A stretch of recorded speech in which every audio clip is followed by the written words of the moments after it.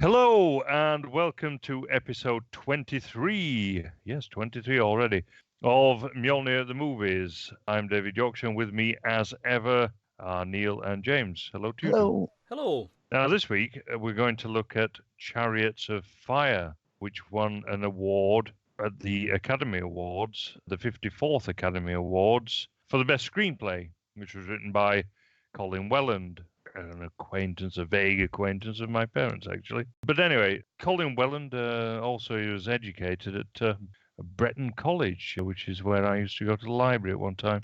Although he's from Lancashire, sadly, he's not a Yorkshireman, he's from Lancashire. But we won't hold that against him. We won't hold that against him. It's funny, actually, because he was up against some stiff competition at the 54th Academy Awards. Some of the award nominations, or all of them, I should say. We had Reds, which is a very famous film, Absence of Malice as well, Arthur, of course, the Dudley Moore film, and Atlantic City. Why do you think this won? Because there's a press Jew guy in it. Yeah.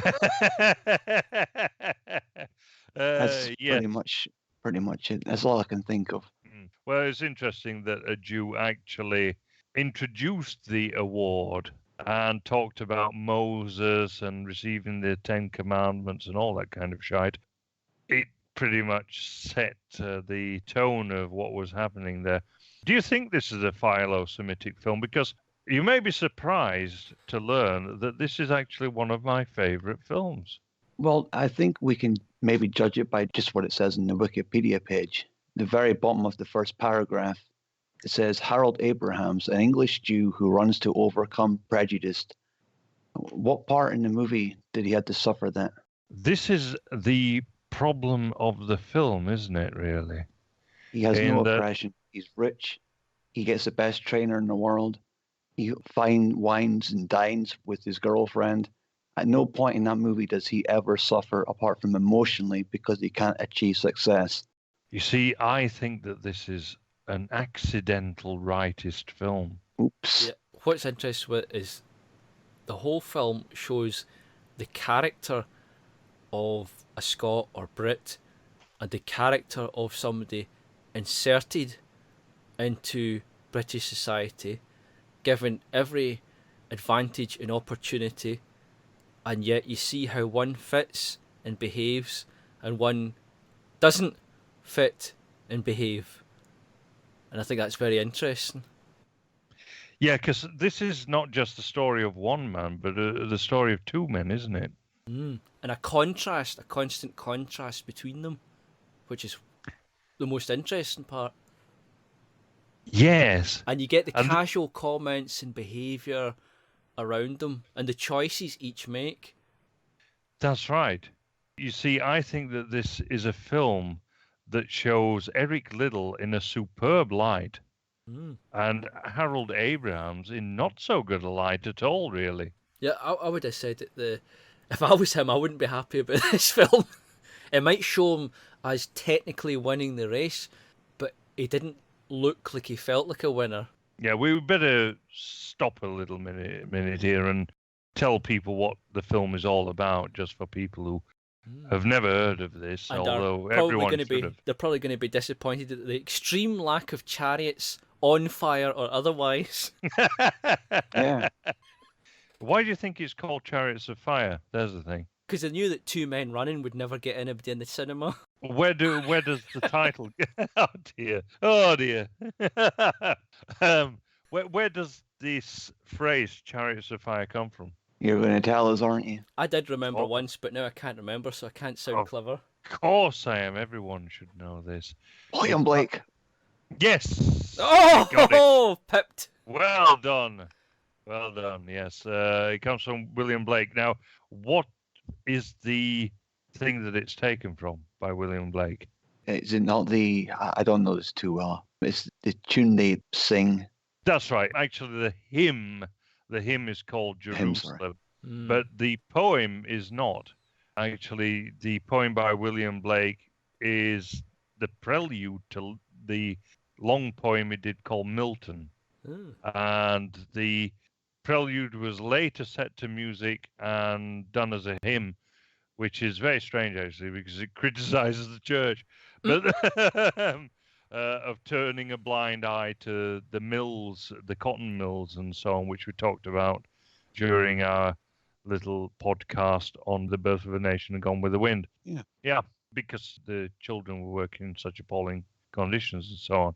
Yeah, so Chariots of Fire comes from there, but what's so special about that?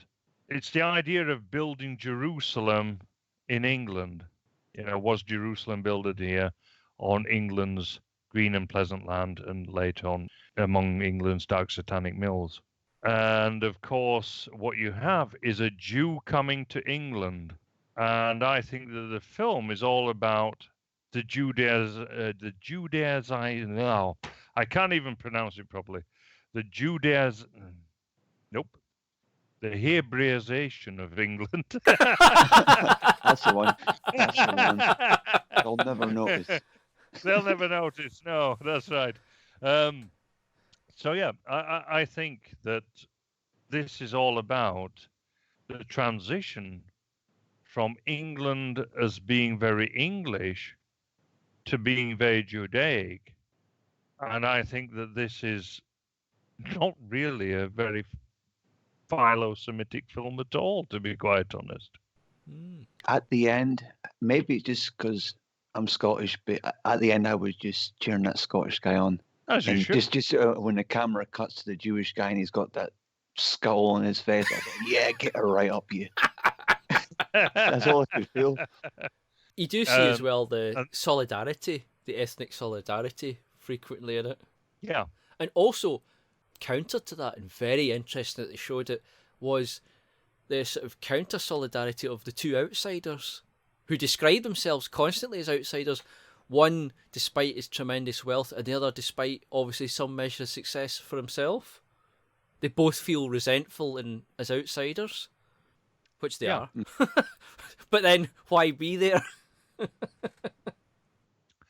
Well, it's very interesting, actually, because you have a backdrop of the First World War and this idea that the flower of England has been killed, this idea of the lost generation, which is often talked about, that the First World War basically killed a generation of England's finest men, and that what we've got left is basically people who did not fight during the First World War, and perhaps because they were not so well affiliated to England. Now, in the case of Eric Liddell, that's not really true, because he's a missionary. He comes from a missionary family, and he was born and raised in China, actually, because he came from a missionary family out there. He died there as well, of course. But Abraham's, obviously, it is seen quite early on that he dodged going out to France. Did you get that? There was a slight bit of guilt about him, wasn't there? I didn't think that there was much guilt.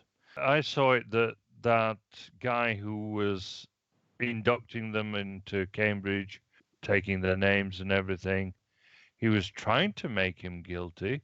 He was trying to make him feel guilty, but did Abrahams really feel any guilt? He actually imposed himself upon him and said that he was basically a commissioned officer and that you should respect him. Defensive, really. Hostile rather than shamed. That's right, yeah. Which is, and that sentiment, that identifier of his character was then referenced, of course, by those, I'm not sure of the positions, the two senior men in the college that speak of him. They're saying that that's part of the character of their people. Yeah, it's very interesting because we have a lot of national stereotypes in there. I mean, you talked about just before the podcast about when there's the society, I've obviously been to university and everything, and you have these societies and you go and join different societies and so on. And there's a cricket society there and they immediately shout, anyone from Yorkshire? Of course, because we're famous for producing cricketers and so on.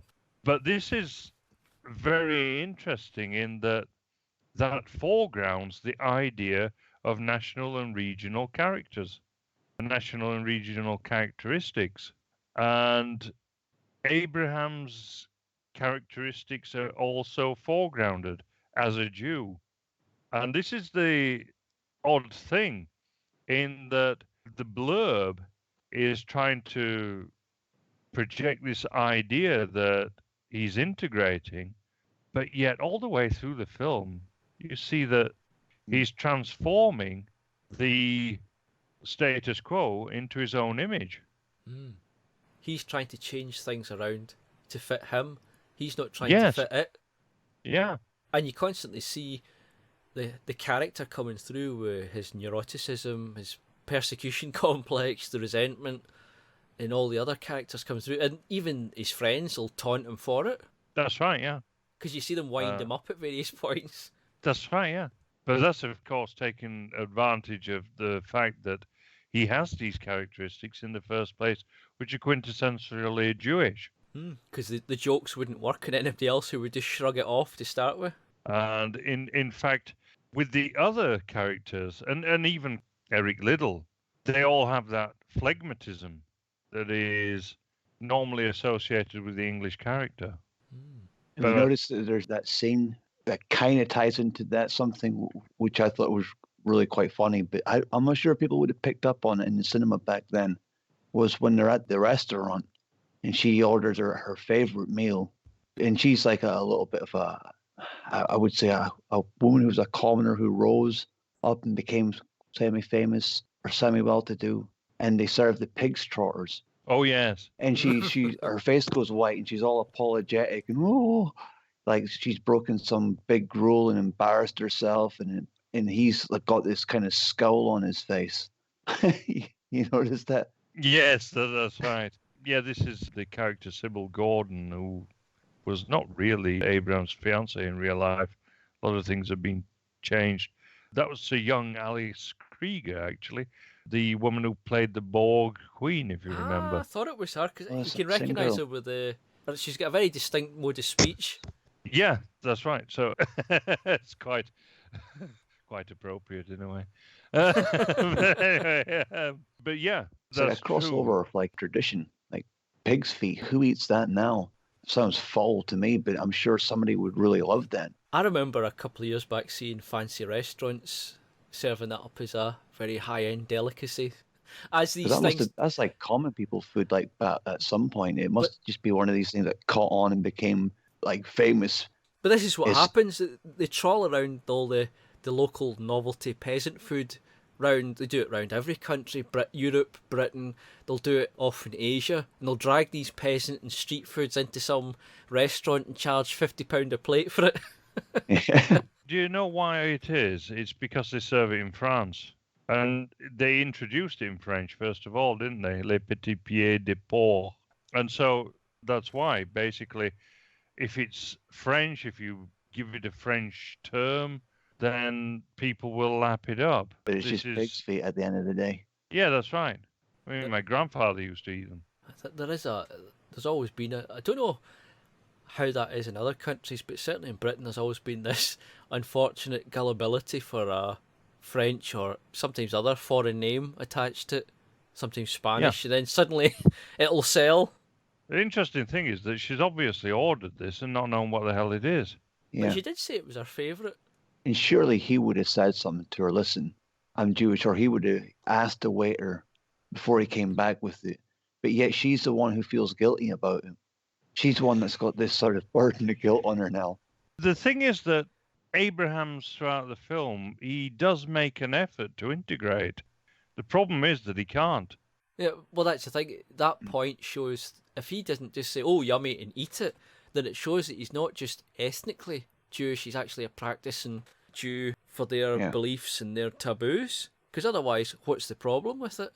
Well, he isn't actually, is he? He isn't a practicing Jew because he's a Christian, ultimately. He's buried in a Christian ceremony. At some point, he's obviously converted to Christianity, although maybe his father has before him. but his father obviously wanted him to be very English and so on. It's not really a question of his religion, it's a question of ethnicity. By the way, he's obviously not going to touch these trotters. I don't know. Did you get that impression? I didn't actually. I thought that I don't think he sucked all that meat off the bones. To be honest with you, he looked pretty horrified by it. the reaction at that point, the laughter and the reaction wouldn't make any sense if he was happy to eat it. I thought the whole point was it was pig and he's Jewish, so obviously he's not going to touch it. I got the impression that the girl basically thought that because he comes from a Jewish background, he would be a practicing Jew. So she's doubly racist now.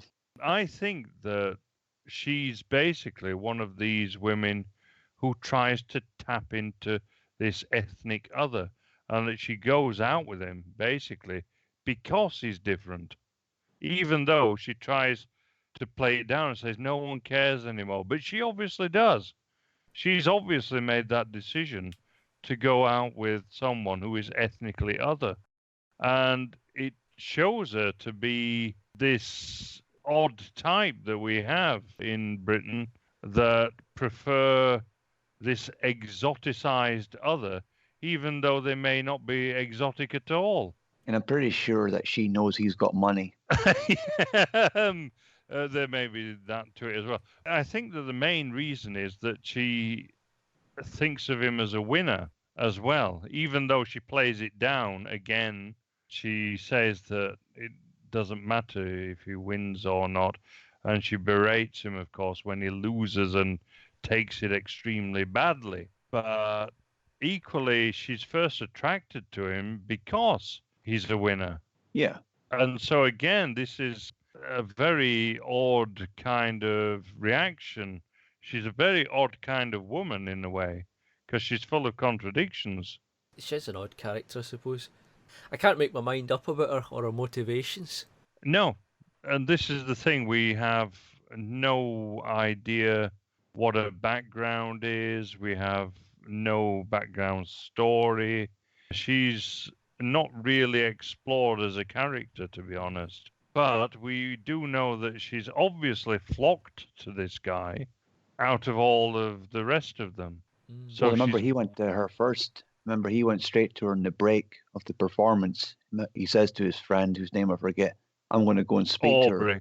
Aubrey. And he goes straight for her. And like 5 minutes later, he's got a date and he's walking back to the bar. And his friends ask him if he's asked her out. He took the initiative straight away. He didn't wait for anybody else to do it. He just went straight for it. And that shows his determination throughout the film. He's always wanted to win and be one step ahead. But he also does it by stepping over one of his friends in the process. There are those things to it. But it's also revealed that she has attended all his races. Okay, so she's been following him. She had a nephew or something that was daft about him. That's right. She says she knows this kid who's daft about him. Yeah. That's right. That's right. And so she's obviously accompanied him. But it's a bit of an excuse to see him. And so you have this sort of coming together of them. But equally, I think that just as she wants him because of his so-called exoticism, he wants her because everybody else wants her. I think, that it's this typical Jewish attitude that he wants that which everybody else wants, and he wants that, he wants to be that person who gets it. And it doesn't matter what it is, but he's got to have it because everybody else wants it. Even if it means breaking friendships, even if it means betraying people, and so on. And you have the other character in the show whose name, I forget, the guy with the blonde hair who wins the silver medal. He comes second place. Oh, the Lord. Yeah, what's his name again? Lord somebody. And he just gives up his position to Eric. He says, you can have my spot. I've already won my medal. And he doesn't care. He's won something. That's what he's come there to do. He doesn't seek fame or glory, anything above that. And he's willing to hand over a position to win even more than that. And he just hands it over to one of his friends. That's right. This is Lord Andrew Lindsay, isn't it? Andrew The way Lindsay. it was shown with him, I think part of it, he was also so disappointed in himself at just missing it. He didn't want to face another race. But that was the sort of impression I had. Was you could see the great pain in him at that moment when he just came in second, was pipped across the line. Yeah, anybody would feel like that, though. But I think when he rises above it and hands over a position for someone to have that opportunity, and Eric wins it, he wins it. He goes into an event that he wasn't even training for, and he wins it. This is something that I see throughout the film, actually, this contrast between the bourgeois Jewish attitude and the aristocratic Gentile attitude. He was happy to see somebody on our side win it that he knew could Yeah. probably win, rather than himself, who he probably had doubts in at that point, lose it. Yeah, and not just that, but it's this idea of the noblesse oblige. This idea that He said himself at one point how, he had everything he could ever want anyway. He was doing it for the challenge, I suppose. that's right, yeah. Well, for Liddell, it was everything. He said that was his purpose from God. He did get persuaded into doing it, though, Little, didn't he? Although running, he did say he felt God's pleasure doing it. And I did feel at points where the sister was his conscience and he probably would have been more keen to do the running without her. Yes, it's true that the sister's a bit of a pain in the arse, isn't she? Yeah, you did kind of... multiple times you felt, oh, bugger off, leave him alone. Yeah. Little, though, interestingly, he really was a great all-round athlete. He was immense. He actually played rugby on the wing for Scotland. He scored 4 tries in 7 games, with a pretty phenomenal rate. Certainly is. Yeah, and of course his rugby career was curtailed by the missionary work, and obviously he's going to the Olympics, but he was such a great all-round athlete. He really was something special. It's interesting, actually, because, the drama that is created in the film, this idea that he actually went to the Olympics and then refused to participate. Actually, it was all solved before they even went. They've got to have it right up to the last minute, of course, for the film. That's right, yeah. It's So, like it's like any magician that's going to escape from a box that's getting tipped into a bonfire or a lake or a pond or something. He's never going to say, I've got 30 seconds on the clock, and then leap out 5 seconds in. He's going to wait right up to the last second before he gets supposedly killed before he comes out. That's right, yeah. You can't do it any other way and keep the audience happy. No, that's right. So you've got things that are very artificial and artificially constructed in the film, but there is a lot of truth in it, to be quite honest.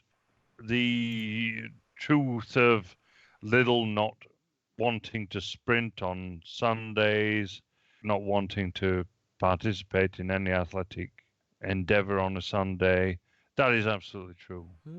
Of course, he did missionary work and everything in China, which is where he died under the Japanese occupation. He is a man of belief. You have this idea that it's about belief, is this film, in a way, because both of them, really, both Abrams and Little, have belief to a certain measure. I don't know what you guys made of that. I was just listening. Little, of course, it's his belief in God, Yahweh, it's obviously not our God, but it's this belief in the Judeo-Christian God that drives him.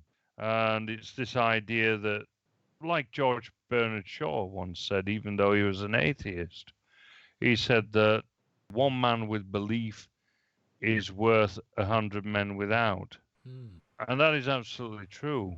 And both have a certain belief. Little has a spiritual belief. Abrahams has this point to prove. And he has this belief in himself in pretty much taking over British society, actually. I mean, the end, of course, is this idea that he ran us off our feet, as they say at his funeral. You also notice, though, the way he says it, I'm not disrespecting the character, the man himself, but he was almost in this position where he was acting as if God made him that fast and God gave him that gift. And that's a pretty far out thing to say, and think that you've been blessed that highly that God gave you this gift to be able to do it. It wasn't because of your own determination and your own hard work. God made you that fast. You mean with Eric Liddell? Yeah, so the Jewish guy, he might be, this guy who's all out for himself, but in many ways, so is Eric, because he thought he was blessed by God. He thought he was the best by God's right. Well, there's a very interesting thing that's going on in the film, and it's a pagan idea versus a Judeo-Christian idea. And there is this idea of innateness versus the idea that you have to strive to become something as well. So you have a few different things going on. You have that where Harold Abrahams talks to the hierarchy in Cambridge University, and they berate him for having a professional coach. And he says that you expect people to do things with ease, to do things like Greek gods, basically, that they were just born into it. And of course, that is the aristocratic way of looking at things. But of course, then you have the Judeo-Christian idea that men don't come from the gods, that God is separate. There is this idea that there is a paganism versus Christianity, this idea of the Greco-Roman ideal and the Judeo-Christian ideal that are at odds. Did you guys get that or not? I thought that there was something strange going on with the fact that, like I said before, he felt like he had this gift from God that made him fast, but yet he thought himself important enough not to do the training session, the qualification round on the Sunday, because it was against God's will. So he was backhandedly saying that anybody who did do that was obviously going against God's will. I think he had like a lot of pretentiousness about him in that regard. If you're used to some of the Christian, especially how strict he was in his particular sect, that's actually all within their logic consistent. They would say that whatever gift they have is from their God, and they would say going against any of their interpretation of the written rules is taboo, extremely so. So it's not his arrogance, it's more what he believes is obedience. You've got to look at it from his point of view. From our point of view, it's baffling, but from his point of view, it makes sense. Yeah, this is the problem with it, and why I'm quite struggling with it, actually, because it doesn't make sense to our view of things. You see, what makes sense to me are the people at Cambridge University. This idea that you have to have an amateurism. You see, when I played rugby, and I first started at the rugby club, it was all amateur, and you had to sign this declaration that you had never played professional rugby league. And that was to keep things within the spirit of the amateur game. It was this idea of professionalism sort of corrupts in a way. And you have this idea in Chariots of Fire, actually, in that you have this Musambini, what's he called? Musambini? Mussolini. Yeah. And he's someone from outside. He's half Italian, half Arabic. And he's coming in as a professional coach. The old notions of national identity and national borders being eroded away through mercantilism, basically. Don't forget that Harold Abraham's father is a Jewish financier. He's of that ilk, although he's not a financier himself. I think he lends money. didn't they? Isn't that the line they use? He lends people money. Who does? The two teachers in the university, the two, assuming headmasters, when they're speaking about what his father does, one of them says to the other, he lends people money, or he's a money lender. Yeah, he's a financier. That's what they say, yeah, that he's a financier. Of course, they look down on that, as they should do, because they have an aristocratic idea, not just of sport, but of life. And the idea that Cambridge University should instill that in people. And I think that that's a very good idea. It's interesting, actually, that one of the reasons when the Germans took over France during the Second World War, rugby league was stamped out was because of its professionalism. Oh. Albert Speer, his favourite sport was actually rugby union. He stamped rugby league out because of its professionalism. This, unfortunately, after the Second World War, meant that rugby in Germany died out. But anyway, but yeah, there is a certain truth and a certain goodness to this aristocratic idea that sport should remain amateur.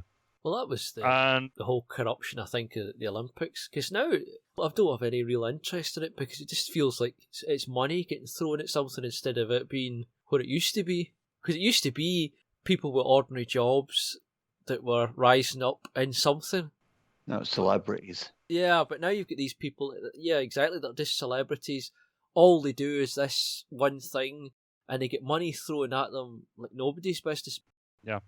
Well, I remember a local lad in I think it was the 1992 Olympics, and he was called Peter Elliott, and he ran the 1500 meters, and he got a bronze. He was a very good runner. At that time, there were a lot of good 1500 meter runners, and he won bronze at the Olympics, and he was the local milkman. How things have changed. Yeah, how things have changed. Yeah, and it used to be the same with football in this country. Football players, your local big teams, like, well, in Scotland, Rangers and Celtic, but whatever team was the big team in the area, they would have people working in the local factories and workshops and whatever else. Yeah. And then they would play football. That's right. And it also meant that people would feel more invested in the team, at least, because it literally was local, ordinary folk playing. Mm. One of these guys in the team, there's a good chance you'd know him because he worked either at your place or round the corner. Yeah, so what I see in this film is that Harold Abrahams was one of the people who changed things to a business ethic. Mm. It's interesting that in the 2012 Olympics, which of course was staged in London, this theme of Chariots of Fire was played. It was obvious that it was going to be played, to be quite honest, because it's about British people at the Olympics. But I think that there was another idea to it, and that was that it was probably the most corporate Olympic Games I've ever seen in my life. It was awful. It was. Dreadful business. Even the Mike Oldfield performance was awful. Sorry, Mike, if you're listening to this. Yeah. But what did you do that for? I know. I was ashamed of Oldfield. I was ashamed of the games itself. The whole bizarre theatre performances with weird symbols and nonsense. And Danny Boyle directed it, didn't he? That guy who made that movie about zombies. And then was that the one who done it? Was it? Danny Boyle? No, Trainspotting. Oh, the guy yeah. Who wrote Trainspotting, yeah. Was it? Yeah, he directed it, apparently. Oh, it was rubbish. Absolute rubbish. And then, of course, there was the security, which everybody's sort of forgotten about now. The fact that we needed a level of security probably not seen outside of Area 51 in Guantanamo Bay. Yeah. I mean, it was insane. Remember there was blocks of flats getting cleared and... Yeah, there's like snipers on roofs. That's right, and anti-aircraft stuff put up. It was absolutely bonkers. Yeah. Well, it's interesting that we got a lot of public taxes for private interests. Mm. Again. Let's not forget, people would go to the Olympics because they were interested in it. In the London Olympics, they actually had ordered soldiers and things to go to fill out the seats, remember? Oh, yeah, absolutely. Oh, it's terrible. Everybody forgot about that one as well. I mean, that just shows you how things have sunk. But then again, back then there was a hell of a lot less events because they put on events people were interested in. But now they add in yet more events. And if you can't fill any more than the people participating, maybe they shouldn't hold it in a stadium at all. I'm going to try to bring in ferret racing for the next one, I think. Why not? Yeah, I mean, it really has just become a business, and this is the problem of it. And as I say, this is the story of that happening, actually, Even in a way, because Harold Abrahams became one of the big cheeses in the British Olympic Committee. Even the sports, I don't know what you'd call sports ministers and the various commissioners for the British Olympic efforts, they actually were talking about, quite happily and gleefully, as if it was all great, how they directed certain funds into certain areas to get the most medals per dollar, so that you would get a lot of people practicing bikes, because they reckon there's a lot of events with bikes and they could get a lot of medals at that. And it's so mercantile, profit return. Look at it. They're not saying, oh, look, we've got some good people in this event, let's get that lad in because he's done a really good time that compares well with other countries. It's investing at certain points for a return so many years later. It's just meaningless, though, to the average person, that kind of thinking. But that's just like as if they're playing the stock market. That's exactly what it is. It's all about business now. It's not about sport. And people get gifts as well of decisions, like in the sports where there are judges' decisions and everything. Everything is fixed, like Anthony Joshua, I remember, the heavyweight boxer, or super heavyweight as he was at amateur.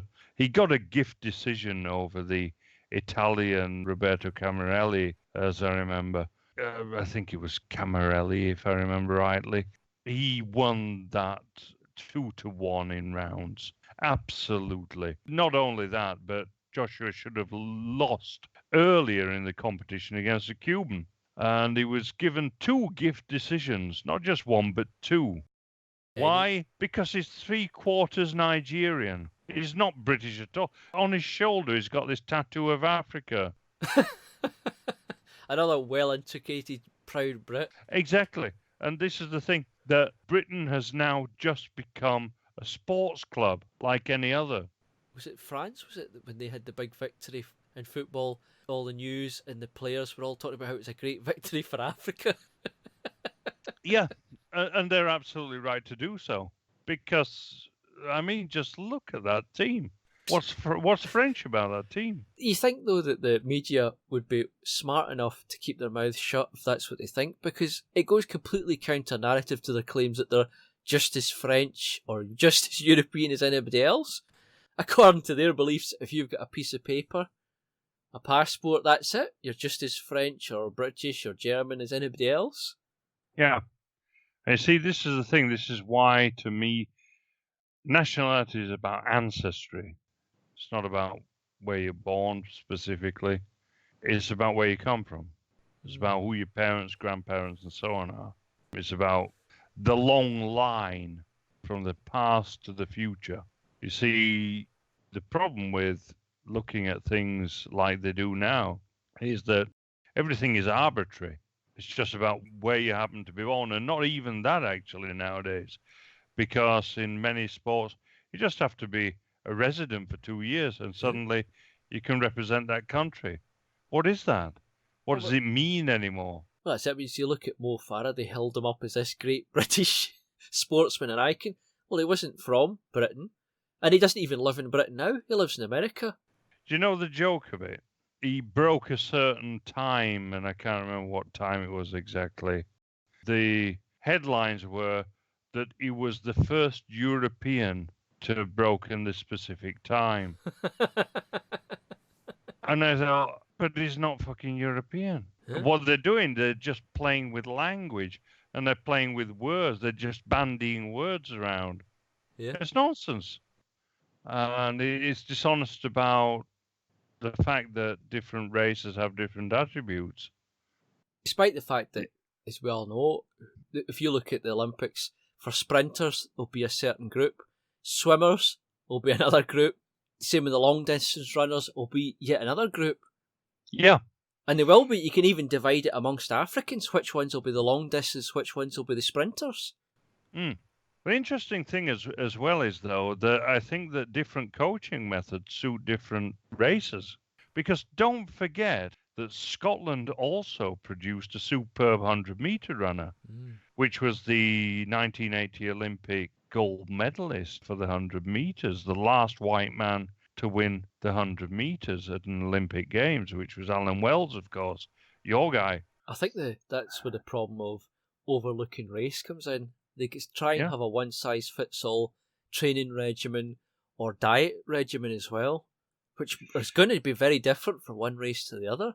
Not just that, but the maturity as well. The Africans mature far more quickly than Europeans because, and this is going to be extremely racist, Europeans have more advanced brains and therefore we mature more slowly.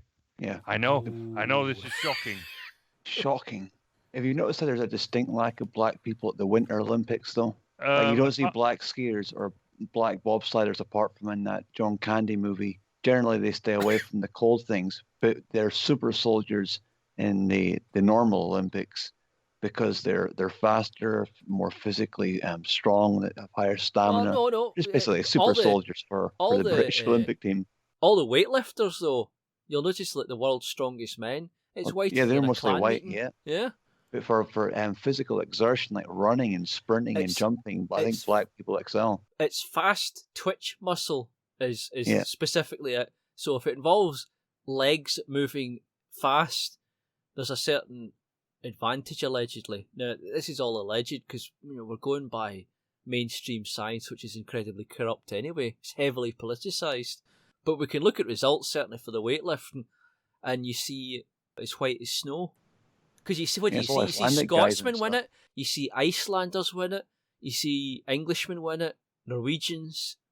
It's mostly North Europeans. It's not even South Europeans, mostly it's North, distinctly. They seem to have an overwhelming advantage. Yeah. And the Asians are good at their ice skating and their ballet and stuff and their gymnastics, like the lightweight things where they spin around in the horse. They all seem to have their advantages, but it seems that that's what the Olympics is now. They put the money into where they're most likely to win, and they're not going to have some little white guy from Scotland winning the high jump when they can get some 7-foot tall black guy to do it for them. Well, let's also remember that there's a lot of very good cyclists that are white, British, English, and so on as well. And that's obviously a sport all about legs. That's right. I remember Chris Hoy, who was superb, of course, one of your guys. We're good at rowing as well. Yeah. So now we're the best at rowing. So all these things are worth considering. I think Pinsent and Redgrave was absolutely the world beaters. So I think there's definitely something to what Dave's saying there with the training, the various regimens of diet and treatments and so on.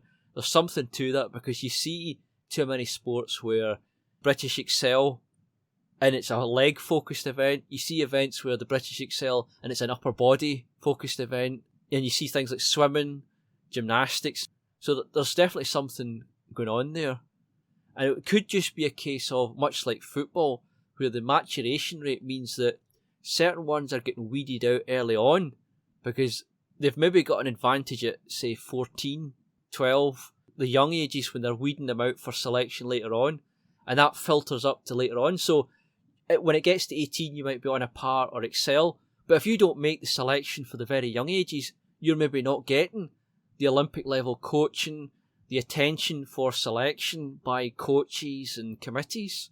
Not only that, but there is a problem in a multicultural, multiracial society that, have you noticed that all these projects and schemes and so on, they're always financed for the inner cities? Where most of the ethnic minorities live. Oh yeah. There's nothing for the people out in the country anymore. Where white, be really strong and fit, by the way. Yeah. They're up and down hills and cycling bikes all the time. There's got to be somebody out there. We're actually seeing more and more concentration of these things. I mean, we're in a situation, especially in Britain anyway, since the 2008 wobble in the markets that the public had to pay for, where they started closing down facilities like local swimming baths, local gymnasiums, ice skating rinks, you name it, we're all getting shut down. And what's left is a centralisation into the cities, the inner urban areas. So those are where the facilities are left. And then when they do hold an event like the Olympics, it gives them an excuse to splurge in new facilities. Those are naturally all then built in the urban areas, such as the recent Olympics. You end up with all these Olympic-grade facilities built in the inner city. So that's, of course, where they'll train the next generation. Yeah, absolutely. There's an awful lot in suburban and country areas being shut down. The local boxing club where I'm from was closed down by a Labour council quite deliberately because the guy who ran it offered to buy that club from the Labour council and they refused and they shut it down. There's a lot of that strange things like that where you hear about facilities being shut down and there's a local community or maybe some individual offers to keep it open or buy it and it's refused. Same with library purges that happened some years ago where they dumped a lot of old stock of books. Those people offered to buy it and were refused. That's right. So there was whole dumpsters full of 100-plus-year-old books, some of them much older than that, that were then just buried or burned or whatever happened to them. Disgusting. Yeah. If anything, the fact that they're public property, why not just give them away to the public? Stick them in a big bin, not literally a rubbish bin, but a large cardboard box in the street and say, take whatever you like, it's public property. Why should it be forcibly destroyed at public cost? The thing is that it's interesting how nationalism in Ireland flowered. They often did it through things like the Gaelic Athletics Association. So they created athletics clubs and so on that were ethnically based. I think that we have to do that for our own people. It wouldn't be hard to do either. No, it wouldn't. You exclude people simply without actually telling them why they're excluded. Yeah. That's the easy way of doing it.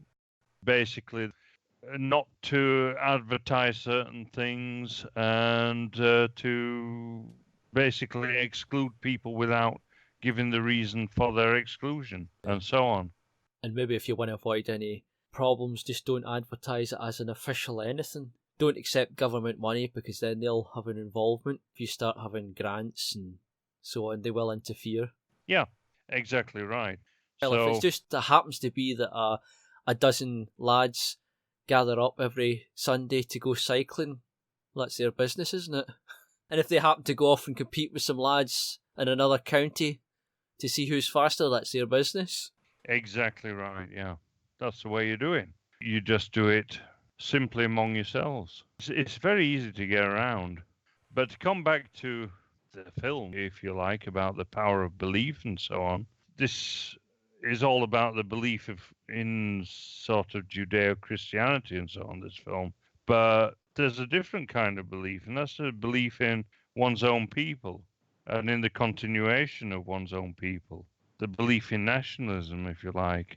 And that can also give strength, and a bigger and better strength, of course, because what you're doing is you're continuing your own line, your own people, and so on. Mm-hmm. As I say earlier, there is a certain pagan idea which it's almost disapproved of in this film, although we get it in the very beginning with a bit of approval when at the funeral of Harold Abrahams, I think it's Nigel Havers as Lord Andrew Lindsay, who talks about athletes with hope in their hearts and wings on their heels. Wings on their heels, of course, refers to Mercury, to Hermes. And that is not a very Judeo-Christian religious symbol at all. No. That never went away. That still hovers around culturally in icons, statues and all sorts. That's right. Because ultimately one of the interesting things about the film is that the Judeo-Christian God does not permit certain things, whereas pagan gods do. What is the motto of the Olympics now? It's higher, faster, stronger, isn't it? Something like that? Higher, faster, stronger. That doesn't sound a very Christian idea to me. No. It sounds a very pagan idea to me. So I think that we have to go back to these ideas, these pagan ideas, because ultimately, one of the interesting things about the film is that it has this idea, the Christian idea at least in the film, that anybody can be part of your society providing they have the same belief system. That's a very liberal idea, actually. You got to get in card if you're a Christian. That's You're on our right. team now. Classic civic nationalist idea. Yeah, exactly. And so Abrahams, he gets a pass because he becomes Christian, but ultimately he changes everything. He changes things from this old aristocratic amateur way of thinking into a more mercantile, professional, bourgeois way of thinking. Despite the fact that he mouths off at every chance how he wants to be more English than the English practically. He wants to completely fit in, he wants to completely follow this, that and the other, but his own nature comes through, which is commented on by the senior staff. Yeah, absolutely right. Because, of course, he can never get away from his own nature. None of us can. We are who we are, basically. We are the product of our own ancestry and of our own birth and of our own racial heritage and so on. And this film shows that, actually. And that is the strange thing about the film, that it accidentally shows all this. Even in the way the two men handle struggle, loss and victory is very different. Yeah, absolutely right. And that's something that's instinctive. It's quite deep, those kind of emotions. Yeah, there is this idea of, in the white European Gentile, this idea of magnanimity, which obviously Abrahams doesn't have. And it's shown explicitly that he doesn't have it. I don't know if you guys like this film. I personally love this film. I remember watching this many years ago when I was obviously too young to appreciate it. And I got partway into it and thought, boring, a story about guys running, boring. I'd rather watch spaceships or cowboys or something shooting each other. But as an adult, yeah, it's actually a very interesting film. It is enjoyable. Yeah, you see, to me, it shows a lost world that can be again. Nothing out of reach in that. There's nothing out of reach in that even to start in microcosm with a view to expand. You could start what's going on in that tomorrow if you had a handful of people. Absolutely right, yeah. Because all you need is the attitudes and the right people. Yep, exactly right. And this is the attitude that we have to have on the right, this idea that we have a certain way of being that ennobles the spirit, that has this idea of noblesse oblige, of magnanimity, of the fact that we're above certain things. The things are not down to materialism, but yet ultimately there is a certain materialism in the fact that we're part of a race, of a collective, but yet not in the material way that everything is based on. You can pay for an education because your father's a financier, for example. And been happy to take pride and see your own kind succeed and do well, because that was also a big part of this film. Absolutely right, yeah. You see, one of the interesting things about the film is the idea that these people have died in the First World War. All these people have died, and they were quintessentially English, and that there was a certain lineage that these people were going to continue. And you have that in that speech near the beginning in the dinner hall, where it's their duty to carry the dreams of the people that no longer can. Yes, exactly. But of course, in a way, they've been replaced with people like Abrahams. And did you notice in the end, when there's that shot of the choir, you have a couple of brown faces in the choir? Yeah. And that shot of the otherwise insignificant character of the black American athlete. Yeah. To kind of hint of the changing of the Olympics and what's coming.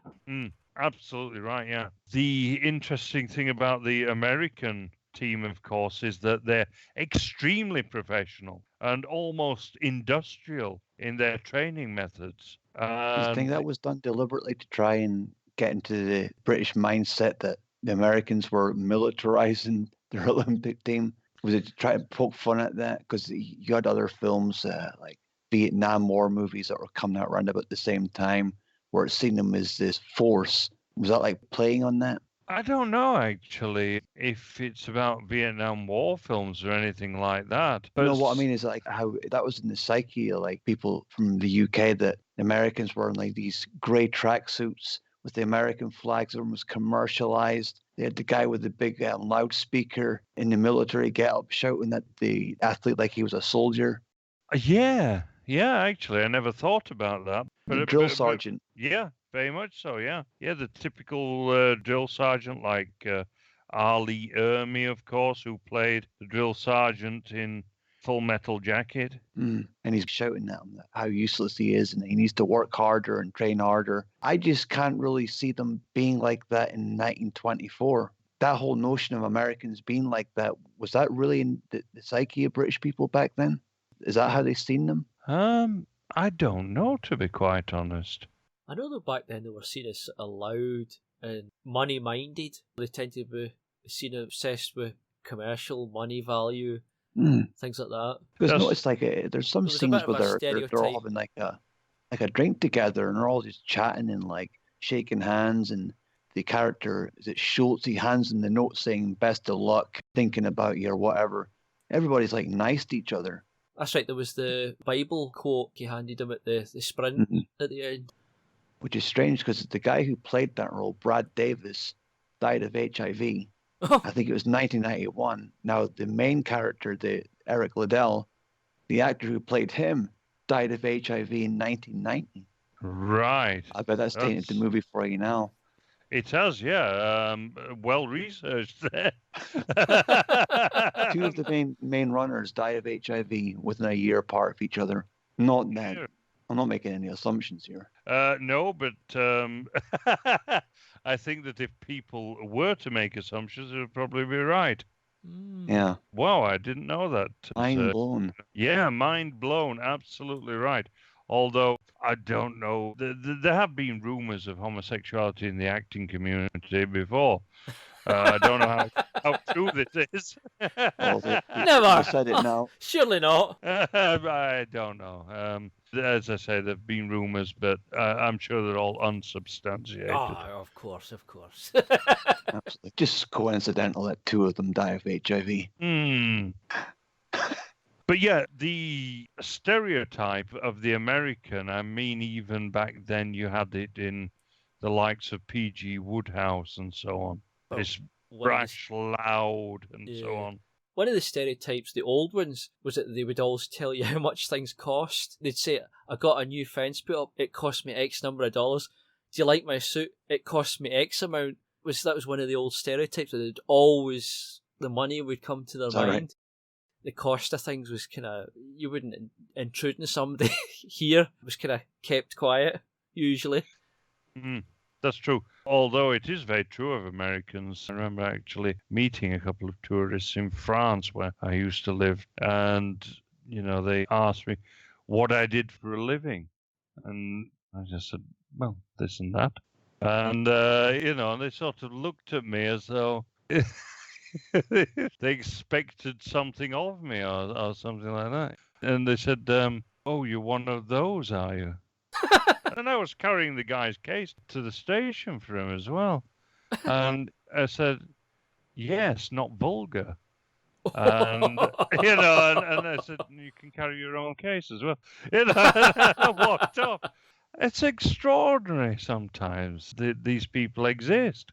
And it is a sort of Judaic mindset, if you like, although there are plenty of British people who have that as well. I'm not going to tar Americans with that brush, because it's a certain type of American and equally a certain type of Britain as well. But Americans at this time that we're talking about, so 19 early 1920s, yes, very much they were of that type more than the British. But I think that what we can see in this film is the transition to the American way of things through the Jew.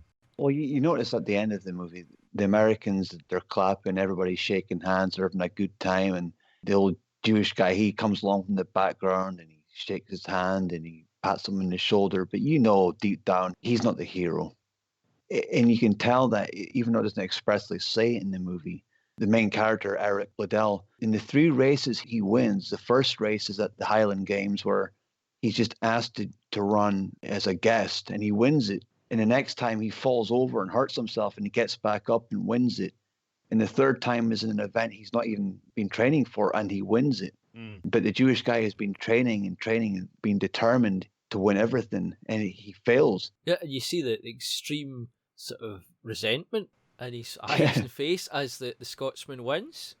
Because the Scotsman's just done it through talent and determination. Well, he spent and a lot money. of work. Yeah. And he spent, okay, there was a lot of work as well, but he spent all the money he could on the best trainer, all this time, and he got all this expert, this and that. And he realised that this other guy was a hero and he wasn't quite the same level of hero, although still had admiration. And still had that massive gold medal. They were real gold back then. Yeah, that's what. They were, yeah. Yeah. He got his gold in the end then. And that's all that matters to him. Yeah. Well, that's the feeling I got from the movie. That's all that mattered. He's got his little bit of gold. Yeah, and that's the thing, that when they gave this award, the Academy Awards, for philo-Semitism, basically, I think that they made a huge mistake. And I think, So, has anyone any last thoughts on this film? No, I'm fine. But I'll tell you, this movie changed my life because of the theme tune written by Vangelis. Oh, now, yeah. I'm sure there's somebody out there listening to this who will be able to sympathize with me. People used to sing that tune at me as I ran because I was the slowest runner in the class. Oh, no. So that film just brought back all these horrible memories of running slow, but it made me determined. When I was like the slowest person in the class, it made me determined to give up running and start playing the guitar instead. So yeah, thank you, Chariots of Fire. You found a talent. Yep. Although it was an interesting choice to have the electronic music for a film set in that time, when you could have picked period music instead. That might have been the obvious choice. Now, did you notice that when it comes to the British athletes, you have more of the piano music, and when it comes to the American athletes, you have more of the electronic modern music. Did you notice that? No, I didn't That's pick up right, on yeah. that. Well spotted. Listen to the training music for the American athletes. It's really sort of vigorous and hyper modern and so on. The music's it's also like a complete change around. It's like it's the same music note wise and melody wise. It's just different. It's more technical and it's got that weird electronic theme behind it. But even when the band's playing at the start of the Olympics, that's actually a Vangelis tune that you hear in an electronic form earlier on in the movie. Ah, I think it's called Shades of Green or Memories of Green. quite cunning. It's a beautiful soundtrack, actually. Yeah. And it was when Vangelis was at the top of his game, really. He was doing a lot with John Anderson at this time, of course. Right. And fair play to him. And Blade Runner as well. Yeah, Blade Runner as well. Always been Absolutely remembered right. for Yeah. that one, I'm sure. So, yeah. So I personally think that this is a great film that's worth watching. And for all the wrong reasons that it got the awards. Especially as it shows such a clear case of gathering up the outsiders to attack the native culture and people, essentially, and win one over them. Yeah, And they that's all right. gleefully talk about getting one over the British, essentially. Yeah. I mean, Yeah, it's playing out in microcosm what the right would say is happening today, right now. Yeah, absolutely right. Yeah. So he is very gleeful is Harold Abrahams about bringing in this half Italian, half Arab. Yeah, and you see him take a, he does it as a wee jab to the senior staff because they say, "Oh, who is he? What is he?" And he says, "Oh, he's half Italian." They're kind of disapproving because, well, it should at least be a British person that's training British athletes, for the Olympics of all things, where it is all about the nationality. And then he makes this gleeful jab. Oh, it's only half Italian, and then the other half's Arabic. Yeah, exactly. And he drops that in after a suspense. So he's delighting in breaking things up and mixing things up. Absolutely right, yeah. Not like them at all. Unheard of. Unheard of. Had to get that one in there. Yes. So I would leave people out there on these few notes, and that is that we should really nurture the athletic pursuits, but in a way of the old aristocratic way of looking at things, where things were not done for money, but for the pursuit of excellence, which is given an ambivalent look at when we look at the Masters of Trinity College and King's College at Cambridge University. Are they seen as villains or aren't they? I don't know. But personally, for me, they're the heroes, really. They're the ones who are trying to preserve the integrity of the British character, and not just a British character, but of European man in general. And so that's, for me, the message I would like to leave, unless you guys have got a better one. I don't think I could top that if I tried. Yeah, I'll not spoil it. I'm happy that you think that. And so I will bid you good night, and hopefully we will see you next time. Please subscribe and leave a like, because we like likes. We don't like dislikes. Comments No. are good Leave any too. of them. We're happy with comments. If you have any interesting thoughts or suggestions, feel free. Absolutely. We're all for criticism, but don't just leave a dislike and piss off. At least have the decency to say why you dislike the video. So Because maybe it's this legit is, and we can improve if you say something.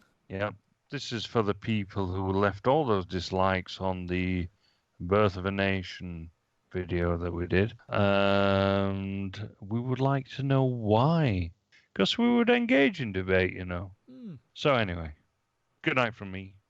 And good night from me. Good night from me. Good night.